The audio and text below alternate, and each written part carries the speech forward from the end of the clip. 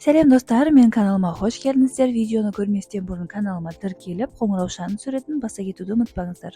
Каналымның дамуына өз үлестеріңізді қоса кетулеріңізді сұраймын. Видео барысында сіздер ораза кезінде орындалатын 10 амал туралы толығырақ білетін боласыздар. Қазақстан мұсылмандар діни басқармасы оразада орындайтын 10 амалды атады. Ең алғашқысы Құранмен дос болу.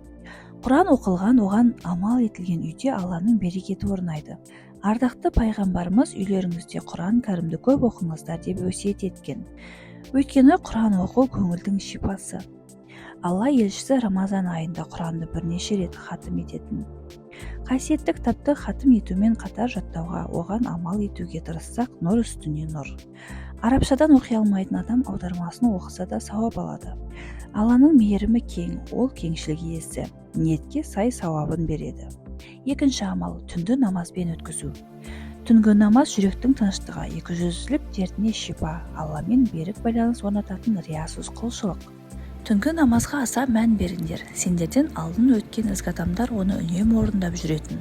Түнгі намаз жаратушыға жақындатады, жамандықтарды өшіреді және күнәлі іске баруға тосқауыл болады. Рамазанда оқылатын тарауих намазына тахаджуд қосылса құба-құп.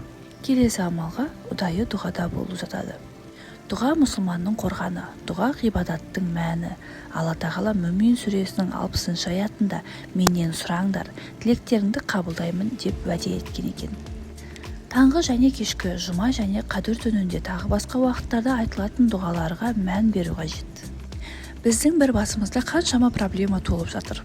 Оның сыртында отбасымыз, туған туыстарымыз, дос-жаран мен көршілеріміз үшін екі дүние игілігін тілейтін дұғаларымыз бар. Рамазан жаратқаннан жарылқау тілейтін ай, бір-бірімізге дұғада болайық. Алла тағала жер бетінен жұқпалы індетті жойып, жақсылықта жолығуды жазсын. Еліміз бен жеріміздің берекеті үшін де дұға жасауды ұмытпайық. Келесі амал – пітір садақасын беру. Садаққа жамандықты жоятын амал, айналамыздағы көмекке зәру адамдардың ақысы. Пітір садақасы Рамазан айында пенделікпен жасап қойған қателіктеріміздің өтеуі. Жетіспеушілік салдарынан көңілі жабырқаған жарлы жақабайлардың ақысы.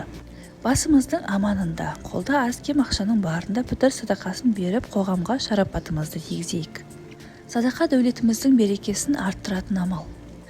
Мал-мүлік нәсіп еткен Алланың жолында жақсылық жасап, көптің тілеуін неге алмасқа? Сендердің араларыңдағы ең жақсыларың адамдарға пайдалы болғандарың. Хадис. Келесі амал – ауызашар ұйымдастыру. Асылында Құдай асқа, ауызашар тамаққа тауып жеуі мұң болған жандар шақырылады. Мәселен, 10 адамға ауызашар бергіңіз келді делік. Ауызашарға кететін ақшаны соларға таратып берсеңіз де болады. Алланың қалауымен 10 адамға ауызашар бергеннің сауабын аласыз. Хадисте айтылғандай, мұсылманның ниеті амалынан қайырлы. Келесі амал – истихфар айтып салауат жолдау. Кейде біз зіл сөзбен, жағымсыз мінезбен қаншама жанның жүрегін жаралаймыз. Ойдан жүйрік дүние барма десеңші, санамызға қаншама бұзық ойлар келеді. Алла бізді жаман ойымызға байланысты жазалайтын болса, айтудың өзі қорқынышты. Теріс ой мен ғайбат сөзіміз үшін кешірім сұраудың ең қарапайым үлгісі Алла мені кешірсін деп истихфар айту. Ардақты пайғамбарымыз Мұхаммедке оған Алланың салауаты мен сәлемі болсын. Салауат айту уайым мен қайғыдан арылтады депті. Алла елшісіне салауат айтуымыз өзімізге амандық пен береке тілеуіміз. Сөз бен ойдың оразасы адамды тақуалыққа тәрбиелейді. Келесі амал – тамақты тежеу. Тамақ нәпсіге ең ұнамды дүниенің бірі. Дегенмен Рамазан аз тамақ жеп көп құлшылық жасауға тәрбиелейтін ай. Расында көп асаған көп ұйықтайды. Көп ұйықтаған көп игіліктен қорғалады. Ауызашар тамаққа тойып алатын сәт емес. Ауру астан деген.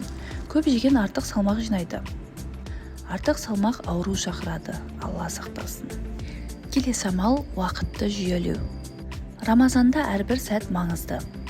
Уақыт мүміннің нығметі, оны ізгі істерге арнасақ досымыз, бос өткізсек дұшпанымыз. Бір сәтте досыңа да дұшпаныңа да айналатын уақытты қалай пайдалану әркімнің өз таңдауында. Досты таңдайық. Келесі амал – оразада отбасыға көңіл бөлу.